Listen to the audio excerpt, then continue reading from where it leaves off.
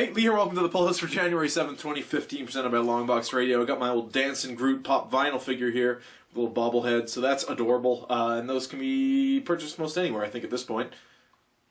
Anyways, hours of enjoyment. He's still going, off screen. So we got 6 books this week. Batman Eternal number 40, from Scott Snyder, of course. We have Batman and the Riddler kind of trapped in the Riddler's avalanche trap. The Riddler wants to have nothing to do with Gotham. So we have Batman kind of dealing with him there and getting back to Gotham. We have Catwoman trying to talk to like Clayface and Mr. Freeze and all the rogues that have broken free of Arkham or one thing or another that are raiding Batman's cache of weapons, and they're just going to go wreck stuff up in Gotham, and they kind of choose a side against her. Cool stuff. There's a lot going on in Batman Eternal. It's getting worse for everybody involved. Ferris, number 33, which is apparently a sideways issue. Also, it is the last issue of Ferris. I didn't know this book was ending because I don't really pay attention to any previews or anything like that. But that's it. So that's it for the Adam Hughes, beautiful Adam Hughes covers, of course. This one's no exception to that.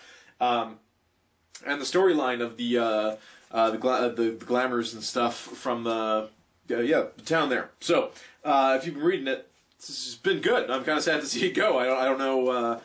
Yeah, might have to start reading Fables, I guess, now to replace it. Swamp Thing, number 38.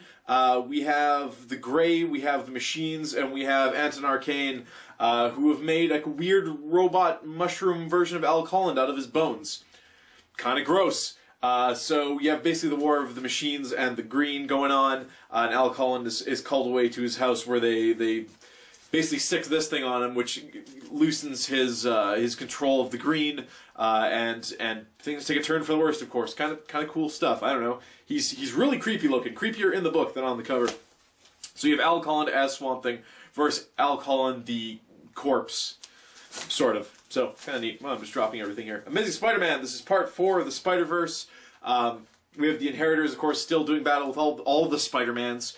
In this one, they find a new safe zone, as their last one, of course, was mostly destroyed in a heavily irradiated Earth, as it were. And we also find out, if you haven't been reading Spider-Woman, it ties into this, and that Jessica Drew Spider-Woman is she is like the housemaid of the Inheritors on Earth 1. So the big weaving loom spider thing kind of is playing against them and is very much on the spider side, not just, you know, a complete slave to them.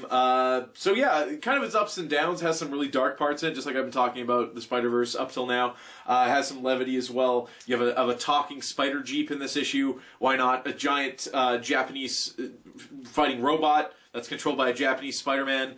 And then on top of that, you have just Spider-Man's getting ripped in half and torn to shreds. So, you know, good stuff.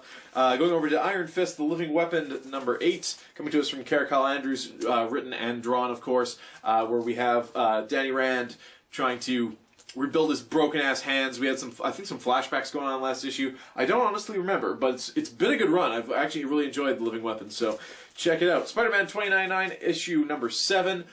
We have Spider-Man 2099 kind of dissecting one of the useless clones of Deimos, which is one of the Inheritors. Spider-Man 2099 is a book I'm definitely behind on, but I should probably catch up on, or it's just going to be a bunch of really lame tie-ins to Spider-Verse that I already know how it ends up. So I'm going to get on that. But that's all for the books this week. There are 3 free digital codes, being for Amazing Spider-Man, Iron Fist Living Weapon, as well as Spider-Man 2099. Look for all those at the end of the episode. We'll be back again next week with more comic books in 2015. So we'll see you then. Say goodbye, Groot.